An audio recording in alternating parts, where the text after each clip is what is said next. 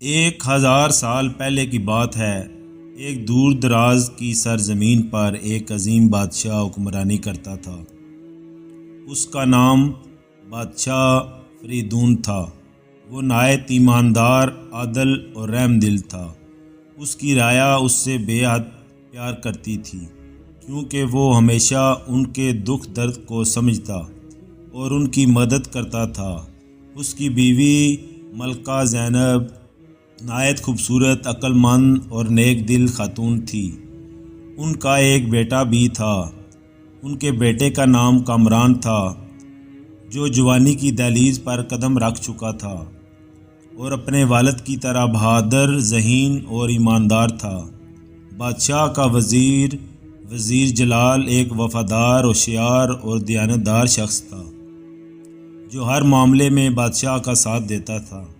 ایک دن بادشاہ فرید الدین نے اپنے محل کے باغ میں ایک پراسرار پرندے کو دیکھا۔ وہ پرندہ نہایت خوبصورت تھا، جس کے پر چاندی کے تھے اور وہ چمک رہے تھے۔ پرندے نے بادشاہ کی طرف دیکھا اور ایک عجیب سی آواز نکالی، جیسے وہ کچھ کہنا چاہتا ہو۔ بادشاہ نے اپنے وزیر جلال کو بلایا اور اسے اس پرندے کے بارے میں سب کچھ بتایا۔ وزیر نے کہا، مہاراج، یہ پرندہ کوئی عام پرندہ نہیں ہے، یہ کسی راز کی طرف اشارہ کر رہا ہے۔ اس رات بادشاہ کو ایک عجیب و قسم کا خواب آیا۔ اس نے دیکھا کہ ایک پرانا درخت، جس کی جڑیں زمین پر پھیلی ہوئی ہیں، اس کے سامنے وہ کھڑا ہے۔ درخت کے نیچے ایک صندوق چھپا ہوا ہے، جس میں ایک ایسا راز تھا جو اس کی سلطنت کے مستقبل کو بدل سکتا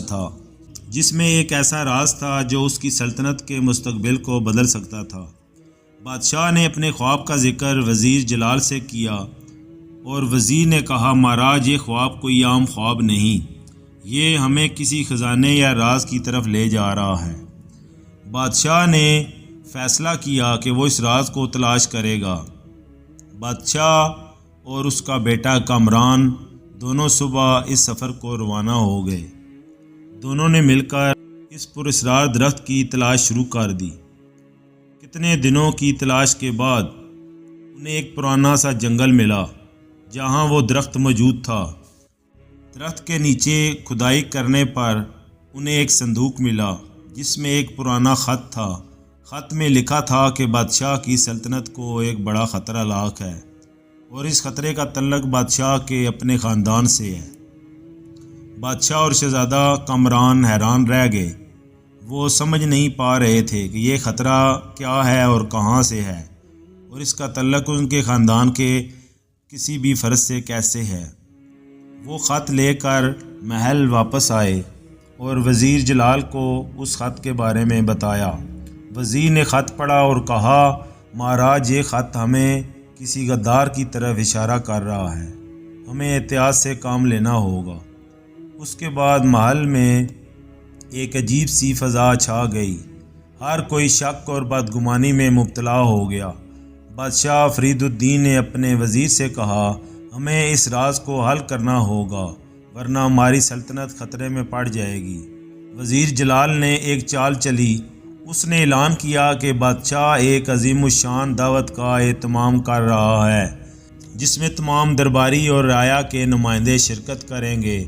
دعوت کے دوران وزیر نے ایک ناٹک کا اہتمام کیا، جس میں ایک غدار کی کہانی پیش کی گئی۔ ناٹک کے آخر میں وزیر نے کہا، جو شخص بھی ہمارے درمیان غدار ہے، وہ خود کو ظاہر کر دے، ورنہ اس کا انجام بہت برا ہوگا۔ ناٹک ختم ہوتے ہی محل میں خاموشی سی چھا گئی۔ پھر اچانک بادشاہ کے قریب کھڑے ایک شخص نے اپنا چہرہ ظاہر کیا۔ وہ بادشاہ کا اپنا بھائی تھا، جو سالوں سے حسد اور نفرت سے جلتا جا رہا تھا۔ اس نے اعتراف کیا کہ وہ بادشاہ کو تخت سے ہٹا کر خود حکمران بننا چاہتا تھا۔ بادشاہ فرید الدین نے اپنے بھائی کو معاف کر دیا، لیکن اس سلطنت سے دور بھیج دیا۔ اس کے بعد سلطنت میں امن و ایمان بحال ہو گیا۔ بادشاہ کی رعایا نے اس کی عدل و انصاف کی تعریف کی، اور شہزادہ کامران اپنے والد سے بہت کچھ سیکھا، اور ایک دن وہ بھی ایک عظیم حکمران بن گیا۔ دوستو یہ کہانی ہمیں سکھاتی ہے کہ ایمانداری، عدل اور انصاف، وفاداری اور ہوشیاری سے ہر مشکل پر قابو پایا جا سکتا ہے۔ بادشاہ فرید الدین کی ایمانداری اور عادلانہ حکمرانی نے اس کی سلطنت کو ہمیشہ کے لیے محفوظ بنا دیا۔ امید کرتا ہوں آپ کو میری یہ کہانی پسند آئی ہوگی۔ مزید کہانی سننے کے لیے میرے چینل کو سبسکرائب کریں، لائک کریں اور شیئر کریں۔ السلام علیکم ورحمۃ اللہ وبرکاتہ۔